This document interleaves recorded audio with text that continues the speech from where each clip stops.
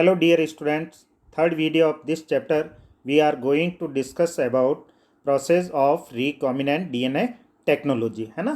तो RDT technology के major कौन से स्टेप्स है उनको स्पेसिफिक सीक्वेंस में अपन आज डिटेल में डिस्कसिंग कर रहे हैं। ओके, स्टार्टिंग फर्स्ट और second video of this chapter से रिगार्डिंग अपन ने किया था RDT टेक्नोलॉजी से रिलेटेड जो टूल्स थे उन टूल्स का क्या यूजेज है इन RDT टेक्नोलॉजी में, उसके रिगार्डिंग और स्पेसिफिक सीक्वेंस के ऑर्डर में अपन स्टेप्स स्टडी कर रहे हैं about process of recombinant DNA technology. Okay, recombinant DNA technology involve several steps in a specific sequence. ध्यान रखिएगा ये सीक्वेंस भी स्टेप बाय स्टेप फिक्स्ड है, बोर्ड में ये भी पूछा हुआ है, right the steps of RDNA technology in a specific sequence, है ना। फिर उनमें से एक्सप्लेन फर्स्ट थर्ड फोर्थ या कंटिन्यूस ऑल कैसे भी पूछा जा सकता है। Okay, such as isolation of DNA। सबसे पहले क्या है,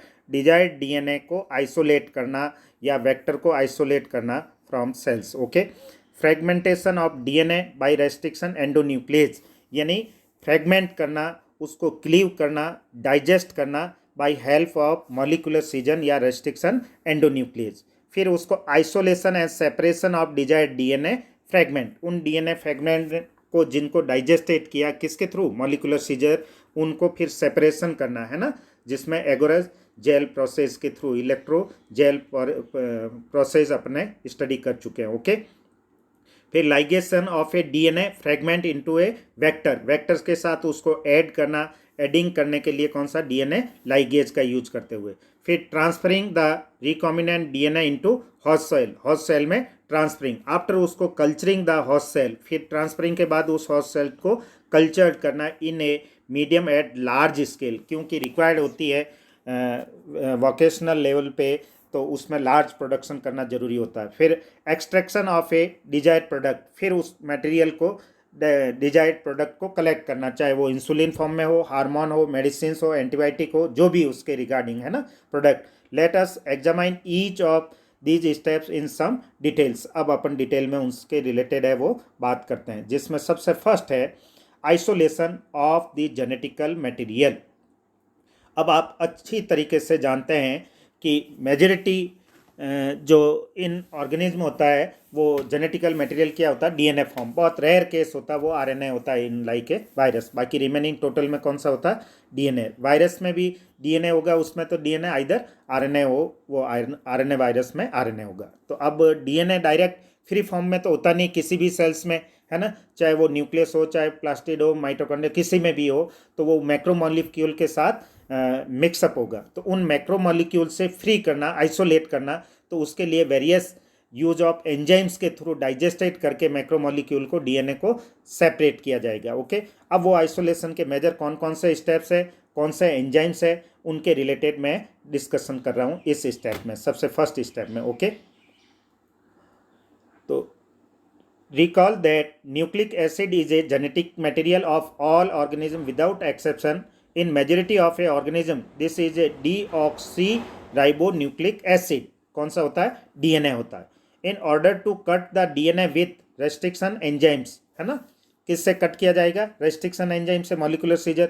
it need to be in pure form. अब कट करने से पहले उसको प्योर फॉर्म में कलेक्ट तो करना होगा। प्योर फॉर्म में करने के लिए आप जानते हो सेल के इनसाइड न्यूक्लियस, न्यूक्लियस सेल में भी सेल वॉल होती है, सेल मेम्ब्रेन, न्यूक्लियर मेम्ब्रेन, या उसमें प्रोटीन बाउंडेड होगा, स्टोन वगैरह, है ना। तो इसके रिगार्डिंग में तो each and every product macromolecule को रिमूव करने के लिए किसकी हेल्प से डाइजेस्ट करेंगे, वेरियस एंजाइम्स, है ना, free from other macromolecules. Since the DNA is enclosed within the membrane होगा, we have to break the cell open to release DNA along with other macromolecules such as a RNAs, protein, polysaccharide and also lipids वगैरह। ये सभी lipids भी होंगे तो lipase enzyme से, है ना, कार्बोहाइड्रेट होंगे तो वो भी एंजाइम, सुक्रेज वगैरह, इस हिसाब से प्रोटीजेज, है ना, सेलुलेज वगैरह, RNAs, इनसे सेपरेट किया जाएगा। Clear, this can be achieve by treating the bacterial cell, plant cell और animal tissue with enzyme such as a lysozyme. किस में अप्लाई किया जाएगा, बैक्टीरिया से रिलेटेड। यदि बैक्टीरियल सेल है तो लाइसो एंजाइम अपने अप्लाई करेंगे तो बैक्टीरियल सेल वॉल रिमूव हो जाएगी, न्यूक्लियर में से सॉरी उस सेल में से क्या डीएनए फ्री फॉर्म हो जाएगा। फिर उसको क्लीव किया जाएगा किसके थ्रू, मॉलिक्यूलर सीजर से। फिर सेलुलेज एंजाइम प्लांट सेल के केस में, काइटिनेज फंगस के केस में। ओके, फंगस सेल है तो काइटिनेज की हेल्प से और प्लांट सेल है तो सेलुलेज अप्लाई करके। You now that gene are located on a long molecule of DNA, यानी जीन भी क्या actually part of DNA, clear.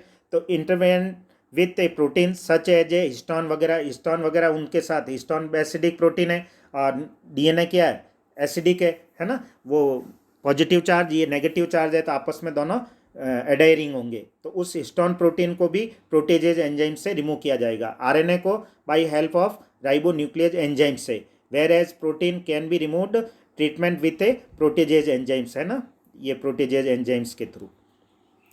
Other molecule can be removed by appropriate treatment, और जो भी जिससे रिलेटेड होगा उस एंजाइम की हेल्प से उस डीएनए को फ्री किया जाएगा। अब प्योरीफाइड डीएनए अल्टीमेटली प्रेसिपिटेट हो जाएगा out after the addition of a chilled ethanol, यानी बहुत लो टेम्परेचर वाले अल्कोहल के अंदर टेस्ट ट्यूब वेसल्स वगैरह कोई लेके उसके इनसाइड में अपन ट्रांसफ़र करेंगे डीएनए, तो वो प्रेसिपिटेट फॉर्म में थ्रेड लाइक कलेक्ट हो जाएगा। वो प्रेसिपिटेट डीएनए उस टेस्ट ट्यूब से किसी रिंग के थ्रू रिमूव किया जाएगा, उसको स्पूलिंग बोला जाएगा। ओके, तो चिल्ड एथेनॉल पे अब वो प्रेसिपिटेट हो गया in thread form. Okay, this can be seen as a collection of the thread in the suspensor, जो कि देखो इधर डायग्राम में भी अपन देख सकते हैं। सबसे पहले ये क्या, चिल्ड एथेनॉल लिया गया, तो चिल्ड एथेनॉल के अंदर ये टेस्ट ट्यूब है ना, इसके अंदर चिल्ड एथेनॉल के अंदर डीएनए, तो डीएनए प्रेसिपिटेट फॉर्म में कलेक्ट हो जाएगा। फिर इससे रिंग के थ्रू इस डीएनए को रिमूव किया जाता है ना, ऑब्लिक्यू टेस्ट ट्यूब में से ये डीएनए, है ना, इस रिंग के थ्रू। इस प्रोसेस को बोला जाता है स्पूलिंग। क्या बोला जाएगा, स्पूलिंग से रिलेटेड। अब जब डीएनए फ्री फॉर्म हो गया, थ्रेड फॉर्म में कलेक्ट हो गया, तो उसको किस से क्लीव किया जाएगा, डाइजेस्ट या फ्रेगमेंटिंग किया जाएगा स्मॉल पीसेस के through by use of molecular scissor या रेस्ट्रिक्शन एंडोन्यूक्लिएज, जो कि अपन ने बता चुके हैं कि वो स्पेसिफिक साइट से डीएनए को क्लीव करेगा इन डिफरेंट लेंथ के पैटर्न पे, डिफरेंट न्यूक्लियोटाइड बेस सीक्वेंस के अकॉर्डिंग। ओके, फिर उन पीसेज को सेपरेशन किया जाएगा किसके थ्रू, इलेक्ट्रोजेल फॉरेसिस मेथड के थ्रू, है ना। तो अब cutting of DNA at specific location, second step. तो फर्स्ट हो गया आइसोलेशन, अब कटिंग हो रहा, कटिंग के बाद सेपरेशन किया जाएगा। Okay, restriction enzyme digestion are performed by a incubating purified DNA molecule with the restriction enzyme at a optimal conditions for that a specific enzyme agarose gel electrophoresis is employed to check the progression of a restriction enzyme digestion के लिए। DNA is negatively charge है, मैंने पहले ही अपन study कर चुके हैं इलेक्ट्रोजेल फॉरेसिस method में molecule. Hence ज्यों ही अपन इलेक्ट्रिक फील्ड क्रिएट करेंगे, जनरेट करेंगे, तो वो डीएनए मूव करेगा किधर से, टुवर्ड्स दी पॉजिटिव इलेक्ट्रोड, है ना, कैथोड से मूव करेगा एनोड की टुवर्ड्स, है ना। This process is repeated with A vector DNA. Same यही प्रोसेस वेक्टर डीएनए के लिए भी अप्लाई किया जाएगा, है ना। ये आपने इलेक्ट्रोजेल फॉरेसिस मेथड है वो आपने डायग्रामेटिकली जो डिटेल में डिस्कशन किया है प्रीवियस वीडियो में, है ना। ऐसा सिंपल सा ये इलेक्ट्रिक फील्ड की प्लेट होती है, यहाँ वेल होते हैं, है ना, यहाँ एगोरेज जेल है, इसके अंदर डीएनए लोड किया जाएगा, इलेक्ट्रिक फील्ड जनरेट किया जाएगा, है ना। इसके हिसाब से ये प्लस है तो इधर माइनस, तो इस तरीके से डीएनए वो मूव करेगा किधर, नेगेटिव से पॉजिटिव की तरफ, है ना। तो ड्रॉ कर रहा हूँ अगेन डायग्राम, ध्यान से समझ लीजिए। ये वेल हो गया, जेल हो गया, इसके साथ इलेक्ट्रिक फील्ड प्रोड्यूस किया जाएगा, यहाँ नेगेटिव है, ये पॉजिटिव, है ना, तो एनोड और ये कैथोड। अब इसमें अपन ने इलेक्ट्रिक फील्ड प्रोड्यूस किया है ना, तो डीएनए का जो मूवमेंट होगा इस तरीके से, thick band minimizing distance travelling करेंगे, जबकि थिन होंगे वो मैक्सिमम ट्रेवलिंग हो जाएंगे, फारदेस्ट हो जाएंगे। ओके, फिर इसको सेपरेशन किया जाएगा, या इस एगोरेज जेल से डीएनए फ्रेगमेंट को रिमूव करने की प्रोसेस को क्या बोलते थे अपन, इल्यूशन। ओके, ये बात अपन ने पहले कर चुके हैं। ओके, सेम तो डिजायर्ड डीएनए फ्रेगमेंट को भी किया जाएगा, उसके साथ एलियन जो पीसेज ऑफ डीएनए है रेस्ट्रिक्शन एंडोन्यूक्लियस से क्लीव किया, सेम वेक्टर डीएनए को भी सेपरेशन किया जाएगा। अब उस जो डिजायर्ड डीएनए है उसको ज्वाइन करेंगे विथ वेक्टर डीएनए, किसका यूज ऑफ डीएनए लाइगेज से। The joining of DNA involve a several process होगा after having cut the source of DNA as well as the vector, दोनों में कॉमन रेस्ट्रिक्शन एंडोन्यूक्लियस से cleave किया जाएगा और वो स्टिकी एंड को ऐड किया जाएगा by help of DNA ligase with a specific restriction enzyme. The cut out gene of a interest from the source DNA and cut vector with space are mixed and ligase is added, है ना, फिर उसको adding किया जाएगा। This result in the preparation of a recombinant DNA। RDNA technology या RDNA जो process prepare किया था उस स्टेप में अपन टूल्स रिगार्डिंग RDT में स्टडी कर चुके हैं। ओके, अब डिजायर्ड जीन को बाय द वे अपन को लार्ज नंबरिंग में प्रिपेयर करना है, तो वो कैसे किया जाएगा, उसके लिए एक मेथड है जिसके पीसीआर के थ्रू, है ना, एक सिंगल जीन को मिलियन ऑफ बिलियन ट्राइबिलियन कितनी नंबर ऑफ जीन प्रिपेयर करनी है इजीली, क्यों डीएनए की कॉपिंग हो सकती, तो उस जीन को प्रोसेस करने के लिए, क्लोनिंग करने के लिए वेक्टर की हेल्प से और फास्ट अच्छा करना है तो बेटर मेथड है वो कौन सा, पीसीआर। तो पीसीआर को बोलते हैं पॉलीमरेज चेन रिएक्शन। तो थर्ड जो स्टेप होगा वो कौन सा है, amplification of gene of a interest using PCR. तो क्या स्टेप्स है मेजर पीसीआर के, पॉलीमरेज चेन रिएक्शन से रिलेटेड, किस तरीके से कौन सा एंजाइम्स इसमें यूज होता है उस रिगार्डिंग अपन बात कर रहे हैं। तो इसके मेजर 3 स्टेप है, डीनेचुरेशन किया जाएगा पहले डीएनए को, फिर एनिलिंग किया जाएगा और एनिलिंग के बाद में एक्सटेंशन होगा, है ना। तो अब वो कौन कौन से स्टेप्स है उनके रिगार्डिंग अपन बात कर रहे हैं। इसमें सिंपल सा है, ये डीएनए जो कोई भी डिजायर्ड जीन है, डीएनए है 5S से 3' और 3' to 5' है ना डायरेक्शन में, तो सबसे पहले इसको हाई टेम्परेचर पे डीनेचर्ड किया जाएगा, डबल स्टैंड वाले डीएनए को सिंगल स्टैंड में कर दिया। अब सिंगल स्टैंड के लिए दोनों डायरेक्शन में इधर 5 से 3 ये टेम्पलेट आर्म है, इसके साथ एक प्राइमर क्या होता है, ऑलिगो न्यूक्लियोटाइड होता है, डीऑक्सीराइबो न्यूक्लियोटाइड का ऑलिगो न्यूक्लियोटाइड प्राइमर्स के फॉर्म में, जो कि एक्सटेंशन करने के लिए प्रिपेयर रहेगा। एनिलिंग दोनों आर्म के साथ ऐड किया जाएगा। तो अब एक कॉपी से कितनी होगी, 2 से और मल्टीप्लाई होगी। तो जिस तरीके से साइक्लो स्टाइल मशीन होती है दोनों तरफ पैम्पलेट को प्रिंट करती है, वैसे ही डीएनए दोनों साइड में प्रिपेयर होता जाएगा, 2 से 4, 4 से 8 इस तरीके से, है ना। अब इसमें जो हाई टेम्परेचर पे डीएनए जो पॉलीमराइजेशन होता है उसके लिए रेस्पॉन्सिबल एंजाइम है, बहुत इंपॉर्टेंट, ध्यान रखिए। डीएनए पॉलीमरेज वो कलेक्ट करते हैं, टी एक्वस पॉलीमरेज होता है, यानी थर्मस एक्वेटिकस नाम का बैक्टीरिया जो हाई टेम्परेचर वाले स्ट्रीम में सर्वाइव करने वाला बैक्टीरिया होता है। तो उनके अंदर ये एडेप्टिबिलिटी होती है कि वो हाई टेम्परेचर पे भी डीएनए को पॉलीमराइजेशन करने में कैपेबल होता है। उस डीएनए के पॉलीमराइजेशन एंजाइम की हेल्प से, पॉलीमरेज एंजाइम होता है वो, उसकी हेल्प से पॉलीमराइजेशन प्रोसेस कंप्लीट हो जाती है पीसीआर, है ना, डीऑक्सी न्यूक्लियोटाइड्स से रिलेटेड। फिर ये देखिए एक्सटेंशन हो गया तो 2 कॉपी प्रिपेयर हो गई, फिर 2 से 30 यदि साइकिल रन कर लिए तो टोटल कितने एम्पलीफाई हो गए, मोर देन 1 बिलियंस टाइम्स ये कॉपी प्रिपेयर होगी किसकी, डिजायर्ड डीएनए की। ओके, पॉलीमरेज चेन पीसीआर के ईच साइकिल हैज़ 3 स्टेप्स में डीनेचुरेशन, एनिलिंग और एक्सटेंशन ऑफ ए प्राइमर से रिगार्डिंग था, क्लियर। अब इनसे रिगार्डिंग अपन बात करते हैं, अगला स्टेप उसी का जो डीएनए पॉलीमरेज से related. Okay, PCR stand for polymerase chain reaction.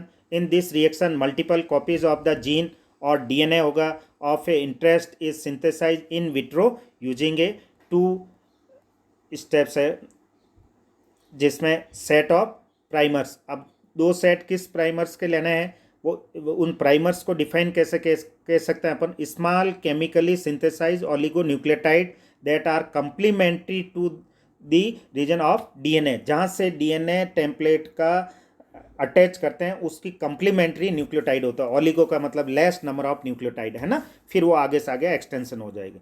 The enzyme होगा DNA polymerase, the enzyme extend the primers using a nucleotide provide in the reaction and a genomic DNA as a template. If the process of a replication of DNA is repeated many times हो जाएगा, segment of a DNA can be amplified approximately billions times हो सकता है। 1 billions copies are made होता है, such repeated amplification is achieved by the use of thermostable DNA polymerase enzyme important isolate from bacterium, कौन सा bacterium, Thermus aquaticus, ये bacteria कहाँ मिलते हैं, हाई टेम्परेचर वाले स्ट्रीम में, okay, which remain active during a high temperature induced denaturation of a double strand DNA. Okay, the amplified fragment, if desired, can now be used to a ligate with the vector for a further cloning से regarding. Okay, अब जब वो अपने DNA की many copies prepare कर दी desired gene की by help of PCR, तो अब उसको insertion of recombinant DNA into the host cell या किसी ऑर्गेनिज्म के साथ उसको इंसर्ट करना होगा, इनसाइड में एंट्री करनी हो, वो कैसे होगा उसके रिगार्डिंग में अपन बात कर रहे हैं। ओके, तो अब नेक्स्ट जो फोर्थ स्टेप है वो कौन सा है, insertion of recombinant DNA into the host cell और a organism. Okay, there are several method of a introducing the ligated DNA into a recipient cell, बहुत सारे हैं वो, उसमें कौन कौन से major method, recipient cell after making them a competent to a receive take up DNA present in its surrounding. So if a recombinant DNA bearing a gene for a resistance to as antibiotic, क्योंकि उसमें selecting करना होगा कि non transforming को transforming से या transforming from non transforming, तो इसमें क्या किया जाता है, एंटीबायोटिक यूज किया जाएगा। एंटीबायोटिक कंटेनिंग मीडिया पे लेके कल्चर प्लेट पे जब ग्रोइंग किया जाएगा तो एम्पिसिलिन रेजिस्टेंस वाला में सर्वाइव कर लेगा, वो तो क्या हो गया, ट्रांसफॉर्मिंग कॉलोनी, और जिसमें सर्वाइव नहीं कर पा रहा है वो डाई हो जाएगी कॉलोनी, डेथ हो जाएगी, तो वो वाला कौन सा हो जाएगा, नॉन ट्रांसफॉर्मिंग। तो यहाँ एम्पिसिलिन अब किसका वर्क कर रहा है, सेलेक्टेबल मार्कर का। ओके, एम्पिसिलिन इज ट्रांसप्रेड इनटू ई कोलाई का एग्जांपल लेके करें अपन, cell the host cell become a transformed into a ampicillin resistant cells, है ना।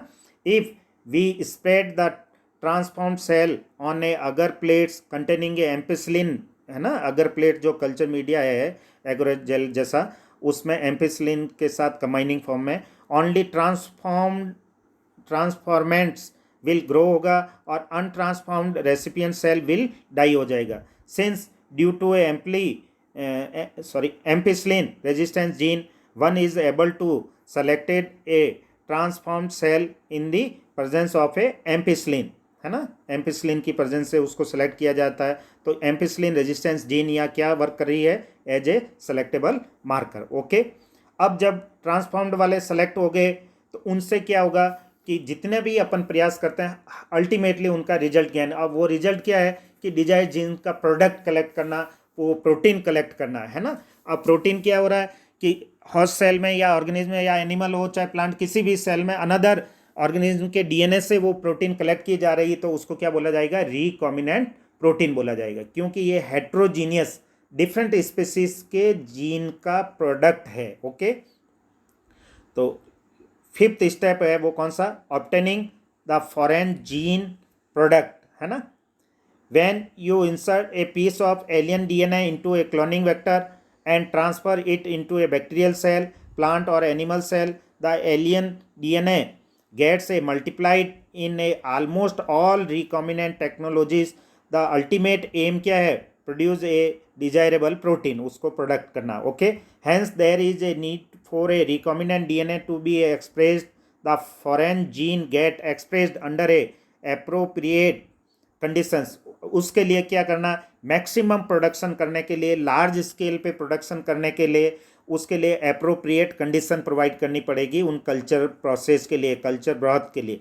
तो वो कौन से दो तरह के अलग अलग इसमें बायो रिएक्टर यूज करेंगे, उन बायो रिएक्टर से रिलेटेड बात कर रहे हैं। Okay, appropriate conditions, the expression of a foreign gene in host cell involve a understanding many technical details है। Okay, after having a clone the gene interest, the having a optimized the conditions to induce the expression of a target protein, one has to consider producing it on a large scale.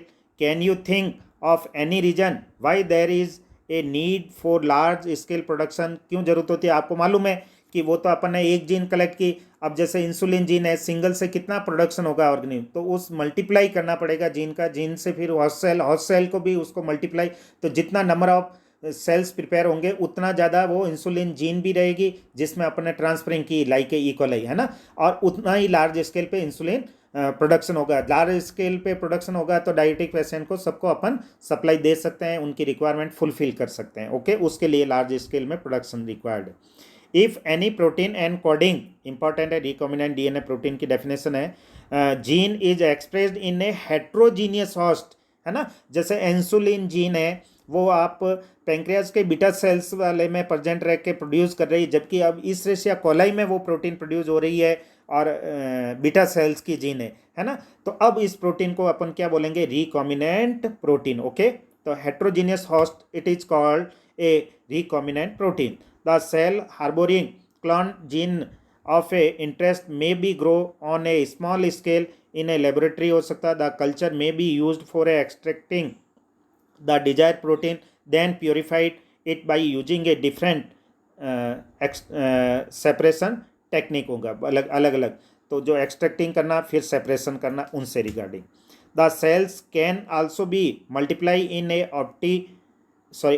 in a conditions culture system wherein the used medium is drained out from one side while fresh medium is added from the other side. तो एक तरफ से क्या होगा, old जो media होगा उसको remove किया जाता है, फ्रेश मीडिया ऐड किया जाएगा। अब फ्रेश मीडिया में न्यूट्रिएंट वगैरह, ऑक्सीजन, मिनरल, साल्ट वगैरह सब ऑप्टिमाइज्ड होंगे, मैक्सिमम कंडीशन में होगा।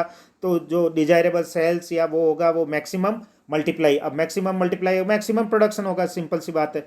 Other maintain the cells in their physiologically most हो जाएगा। अब उससे क्या होगा, तो इस कंडीशन अपन प्रोवाइड करेंगे तो उसके हिसाब से वो एक्टिव लॉग या एक्सपोनेंशियल फेज रहेगी। This type of culturing method produces a large biomass leading to a high yield of a desire protein हो सकता है। Small volume culture can't yield appreciable quantities होगा of a product to produce in a large quantities. The development of a bioreactor, उसमें कौन सा use करना, bioreactor.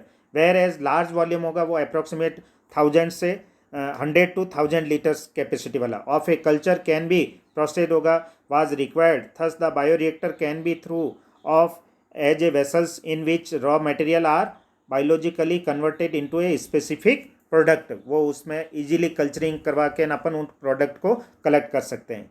Individual enzymes etcetera using A microbial plants, animal and human cells. A bioreactor provide the using A microbial plants, animal और human cells हो सकता है। Bioreactor provide the optimal condition, ये appropriate condition optimal, चाहे वो pH हो, temperature हो, sugar, salt, vitamin, oxygen वगैरह सब का मेंटेन रहती। तो अब मैक्सिमम ऑप्टिमल कंडीशन मिल प्रोवाइड होगी तो मैक्सिमम ग्रोइंग होगा, फास्ट ग्रोइंग होगा, तो प्रोडक्शन भी लार्ज स्केल पे होगा। Okay, for achieving the desire product by A providing optimal growth conditions like a temperature, pH, substrate, salt, vitamins, oxygens वगैरह, ये सभी अप्रोप्रिएट कंडीशन में, क्योंकि सब रेगुलेटिंग सिस्टम होता है, रेगुलेट रहेगा उसके अंदर, है ना। The most commonly use bioreactor are stirring type which are shown in figure, जो डायग्राम में दोनों ही बता रखे हैं कौन कौन से के हिसाब से, जिसमें फर्स्ट में दिखा रखा है सिंपल स्टीयर टैंक बायोरिएक्टर और सेकेंड है वो स्प्रेस्ड स्टीरियन टैंक बायोरिएक्टर होगा। स्टेराइल एयर बबल आर स्प्रेस्ड किया जाएगा इसमें रेगुलर, तो उसमें फ्रेश ऑक्सीजन अवेलेबल होगी तो इजीली या मैक्सिमम ग्रोइंग होगा। तो फर्स्ट जो ये सिलेंड्रिकल पैटर्न में बायोरिएक्टर है इसकी बात करते हैं। ये सिंपल सी बॉडी है, इसमें ये सब एसिड बेस पीएच कंट्रोल से रिगार्डिंग है। ये इसमें स्ट्रीम फॉर स्टेलाइजेशन प्रोवाइड किया जाएगा, जो अनवांटेड जर्म्स वगैरह इसमें ग्रोइंग नहीं हो कल्चर मीडिया में, है ना। ये फैन ब्लेड है जिसमें उसमें फैन को ब्रेकिंग करने के लिए होगा, है ना। ये मोटर है रिवोल्यूटरी के फॉर्म में रोटेट कराने के लिए। ये फॉर्म ब्रेकर ब्लेड से रिलेटेड, फ्लैट ब्लेडेड होगा, इम्पिलर्स कल्चर ब्रॉथ से रिलेटेड। ओके, और इसके साथ साथ यहाँ स्टेलाइज एयर प्रोवाइड की जा रही। ओके, सेकेंड जो बायोरिएक्टर है इसमें स्प्रेस्ड पैटर्न वाला एक्सटीरियर में, इसमें कुछ नहीं, सिंपल सा यही डिफरेंस है, यहाँ से फ्रेश एयर प्रोवाइड की जाएगी। तो जितना ज़्यादा बबल बनेगा यहाँ सरफेस एरिया इंक्रीज रेज हो जाएगा, तो ऑक्सीजन एक्सचेंज के लिए मैक्सिमम एरिया प्रोवाइड होगा, तो मैक्सिमम ग्रोइंग के लिए रेस्पॉन्सिबल हो जाएगा। ओके, गैस इंटरमेंट से रिलेटेड है। ओके, और इसके रिलेटेड है वो increased surface area for oxygen transfer से रिगार्डिंग, है ना। जितने ज़्यादा बबल होगा तो वो ज़्यादा सरफेस एरिया प्रोड्यूस करेंगे। Bubbles dramatically increase the oxygen transfer area से रिलेटेड, ओके। या गैस इंट्रेनमेंट से रिलेटेड, ओके। अब बात करते हैं अपन इसी टैंक का जो स्ट्रक्चर है उससे रिलेटेड क्या है वो बात करते हैं।